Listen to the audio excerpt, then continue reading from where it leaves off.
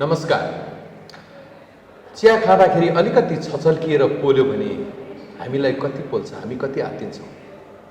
तर शरीरभरि एसिड पोखिँदा पनि त्यसको पीडा र दुःखलाई जितेर एकजना बहिनी 1 वर्षको बिचमा अब म संसार जित्छु, आफ्नो सपना पुरा गर्छु भनेर अगाडि आइरहनु भएको छ।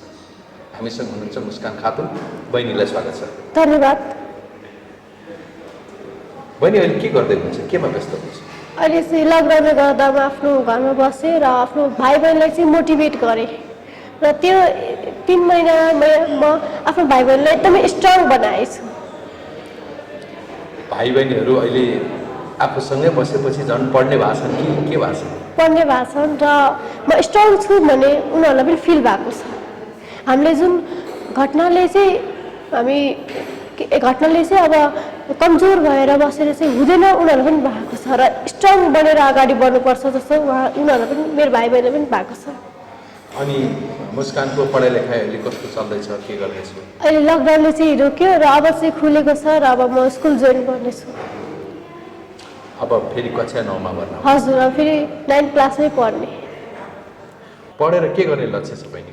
मेरो पढेर चाहिँ डक्टर बन्ने छ र मेरो आमा बाबाको पनि देशको लागि के गरोस् मेरो छोरी, त्यो लक्ष्य छ र अब त्यो लक्ष्य आफ्नो जसरी भए पनि अगाडि गर्छु, म पुरा गर्छु, अगाडि बढ्छु र पुरै गर्छु म आफ्नो लक्ष्य। डाक्टर बनेर आफू जस्तै घटना बेहोरेका मान्छेहरूको सेवा गर्ने लक्ष्य हो कि बहिनी? हजुर। अहिले स्वास्थ्य स्थिति के छ? अहिले चाहिँ म पहिलाभन्दा चाहिँ ठिक छु, तर हप्ताको चाहिँ मलाई 2 चोटि हस्पिटल जानुपर्छ र 5-6 महिना मेरो 5-6 साल चाहिँ मेरो अपरेसन चाहिँ हुन्छ। पटक पटक भइरहेको छ? हजुर, भइराखेको छ र अस्ति म हस्पिटल जाँदाखेरि फेरि मेरो अब अर्को अपरेसन चाहिँ हुनेवाला छ। बहिनी, यो तेजाब आक्रमणसँग जुधेपछिको जीवनमा के सिक्न सकिरहेको छ? त्यसमा चाहिँ धेरै कुरा सिक्दो रहेछ। जे होस्, अब हामीले यो पोल्ने चाहिँ त्यो चाहिँ एकदमै नराम्रो पीडा हुन्छ।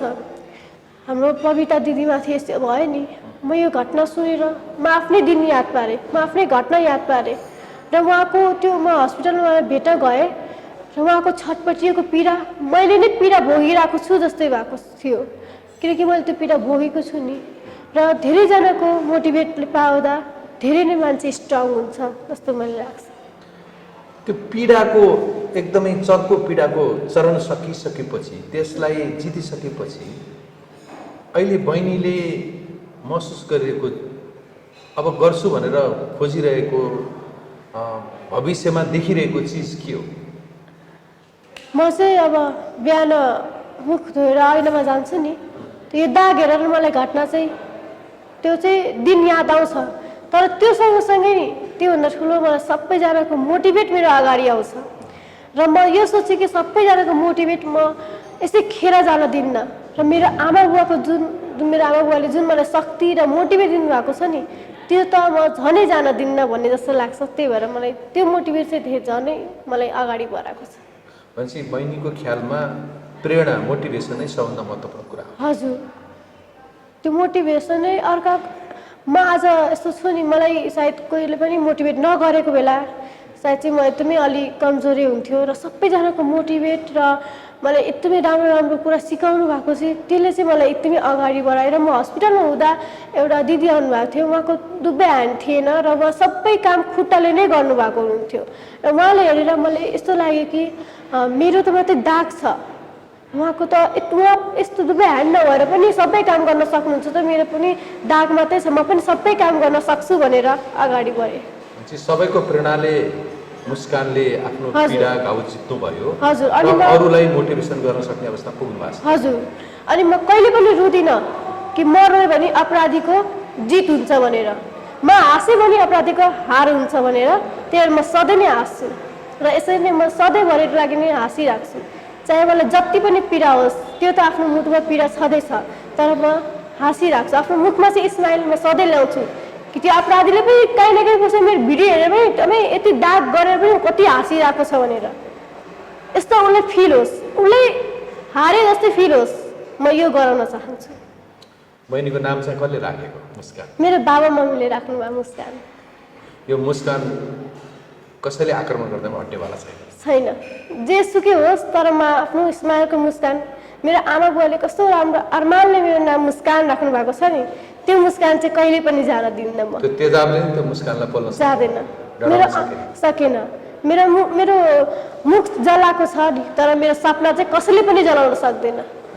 कुनै पनि अपराधीले मेरो सपना चाहिँ जलाउन सक्दैन। कति गजब। मुस्कान अहिले हालसाल के कति एसिड एट्याक सर्भाइभ गर्न सक्नु भयो तपाईँले? हजुर, म पछि चाहिँ 4-5 जनामाथि एसिड अट्याक भइसकेको छ। सबैलाई भेट्नु भयो तपाईँले? म भेटेँ, म चाहिँ एउटा दाइले पनि भेटेँ र अर्को ठाउँमा भएर चाहिँ गाह्रो लकडाउनले गएर चाहिँ म भेट्न पाएन र एउटा दाइलाई भेटेँ र यो पविता दिदीलाई चाहिँ भेटेँ म। पवित्र दिदी भनेको जो अहिले किर्तिपुर अस्पताल? हजुर हजुर, उहाँलाई भेटेँ। तपाईँलाई भेटिसकेपछि उनीहरूको मुहारमा देखिने प्रतिक्रिया कस्तो पाउँछ?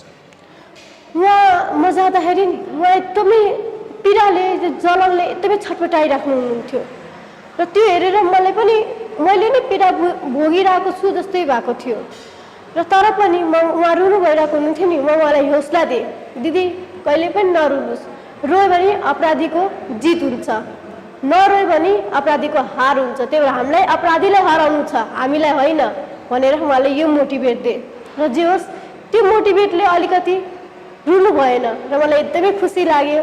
मेरो मोटिभेटले अलिकति त काम गर्यो नि भनेर मलाई एकदमै खुसी लाग्यो।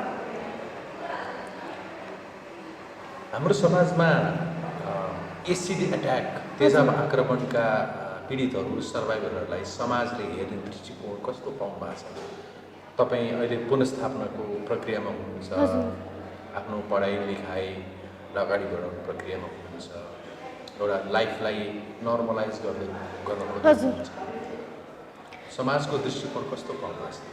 100मा चाहिँ 10% मान्छेले चाहिँ के भएको हो, कसरी भएको हो भनेर अलिक घिन्न फिल गर्नुहुन्छ, तर त्यसमा 90 मान्छेले चाहिँ एकदमै राम्रो गर्नुहुन्छ कि उसलाई यति दाग भएर पनि ऊ अगाडि बढिरहेको छ, ऊ आफ्नो पढिरहेको छ, सपना पुरा गरिरहेको छ भनेर चाहिँ यसो हुन्छ। बहुत सन्तोषको कुरा छ है। हजुर, यो समाजको पीडितहरूप्रतिको, सर्भाइभरप्रतिको दृष्टिकोण बदल्न पनि मुस्कानको यो गतिविधि सक्रियताले पक्कै फाइदा पुर्याएको होला नि?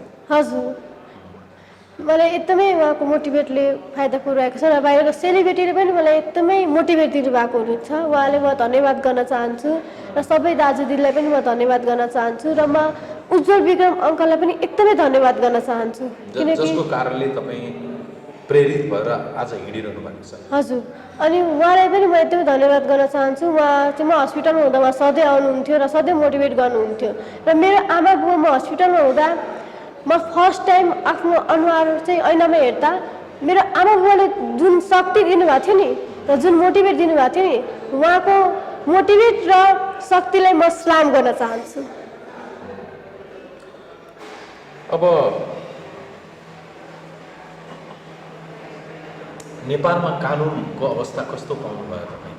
कसैले कसैलाई कुनै रिसले, कुनै झोकले एसिड छ्यापिन्छ, ठुलो क्षति हुन्छ। हजुर, अब यस्तो हुन्छ नि, रिसले त्यो समस्याको हल हुन्छ, यो त होइन नि एसिडले मुख बिगार्न, किनकि एकचोटि हाम्रो यो मुख बिग्रियो भने पहिला जस्तो कहिले पनि हुँदैन, जति अपरेसन गरे पनि कहिले पनि हुँदैन र हाम्रो देशको कानुन एकदम कमजोर छ, हाम्रो देशको एकदमै कानुन कमजोर छ र म भन्न चाहन्छु कि हाम्रो कानुन एकदमै टाइट होस्।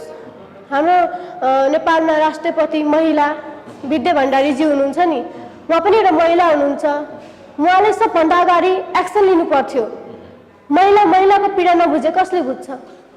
तपाईँले राष्ट्रपति विद्यादेवी भण्डारीजीको कुरा गर्नु, हजुर, तपाईँले नेताहरूलाई पनि भेट्नुभयो?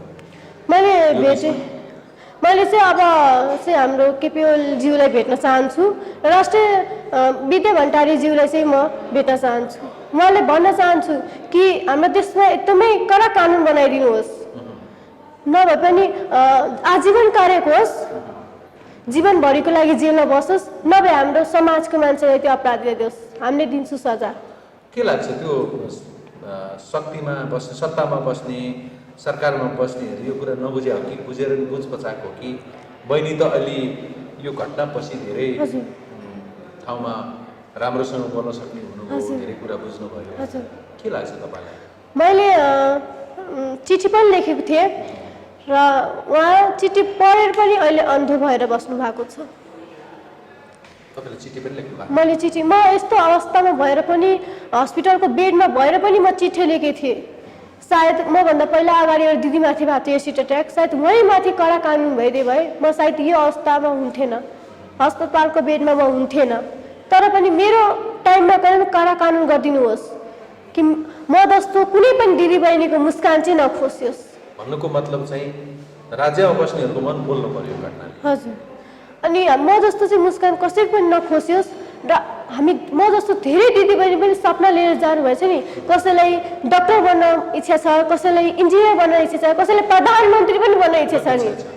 त त्यो सबै पुरै गर्न सक्नुहोस् कि उहाँको जीवनमा चाहिँ रोकावट नआओस् कि, किनकि अब मसँग यो घटना भयो नि, तर पनि म आफ्नो सपना जसरी पनि पुरा गरेर भने त्यसमै आफ्नो सपना चुर चाहिँ हुन दिएन, त्यो जोडेर फेरि अगाडि बढेँ। मुस्कान वा मुस्कान जस्तै यस्तै घटना बेहोरेखालाई प्रधानमन्त्री बन्न केले रोक्न सक्छ? म प्रधानमन्त्री त्यो रोकावट हुन नदिने बाटोमा त बनाउनु पर्ने हो कि होइन? हजुर। त्यस्तो अपराधीलाई चाहिँ एकदमै कडा सजा होस् कि अर्को पनि डराओस् र यो घटना चाहिँ हाम्रो नेपालमा हुँदै नहोस्। एसिड अट्याक भनेको चाहिँ स्टप होस्। म चाहिँ यस्तो कडा कानुन बनाउँथेँ। तपाईँले अघि नै एउटा प्रसङ्गमा भन्नुभएको थियो इन्फर्मल कुराकानीको क्रममा, म चाहिँ मेरो घाउ देखाउन चाहन्छु, हजुर। लुकाउन चाहन्छु भन्नुभएको हजुर। र सबैले देखुन् भनेर त्यही एङ्गलमा पनि बस्नु भएको छ। हजुर। यो पछाडिको कारण के हो अलिकति बताइदिनुहोस्। म चाहिँ देखाउन चाहन्छु यो मेरो दाग छ नि, यो दागले चाहिँ मेरो सपना चाहिँ कहिले पनि रोक्न सक्दैन। र हामी जति दिदीबहिनी छ नि, केही न केही एक्सिडेन्ट भएको छ भने कहिले पनि हिम्मत नहार्नु, एउटा कोठामा कहिले पनि नरुक्नुहोस्, अगाडि बढ्नुहोस् र हजुर अगाडि बढ्दै जानुहोस्। तपाईँ झनै अगाडि बढ्नुहुन्छ र आफ्नो सपना जे न जे छ पुरा हुन्छ। त्यही भएर म दाग हेराउँछु कि मैले गर्दा धेरैजनालाई मोटिभेट होस् भनेर। तपाईँले एसिड भन्ने शब्द कहिले सुन्नुभयो?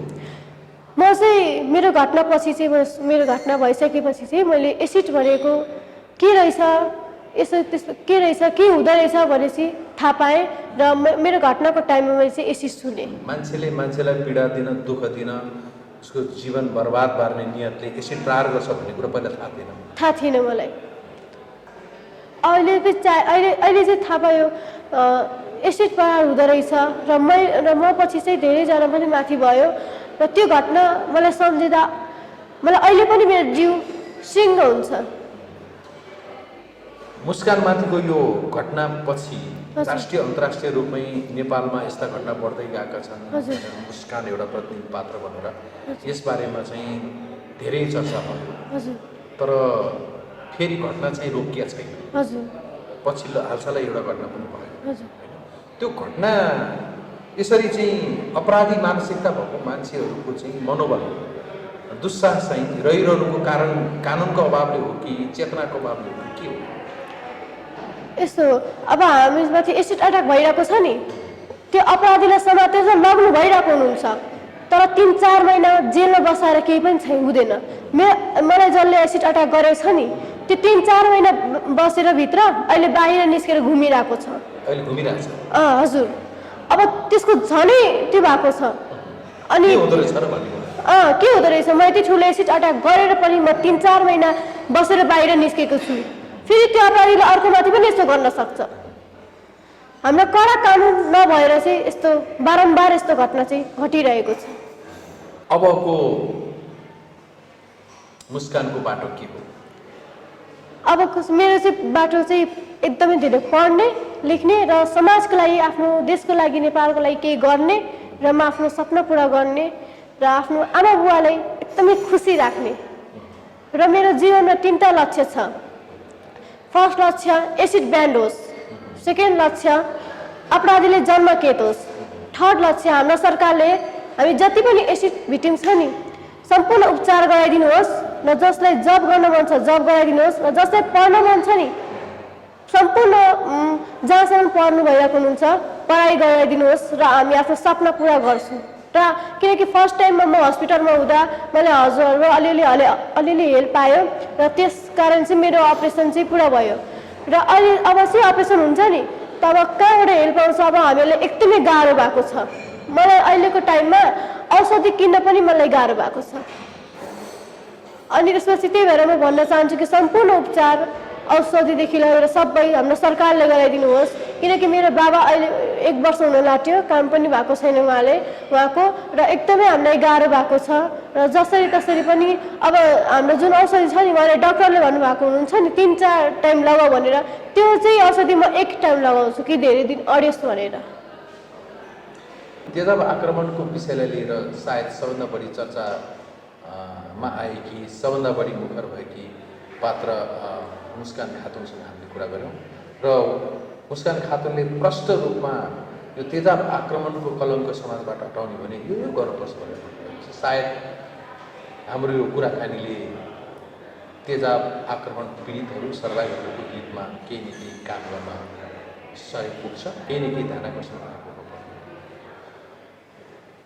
मुस्कानलाई धेरै धेरै धन्यवाद हजुर धन्यवाद हजुरलाई पनि हवस्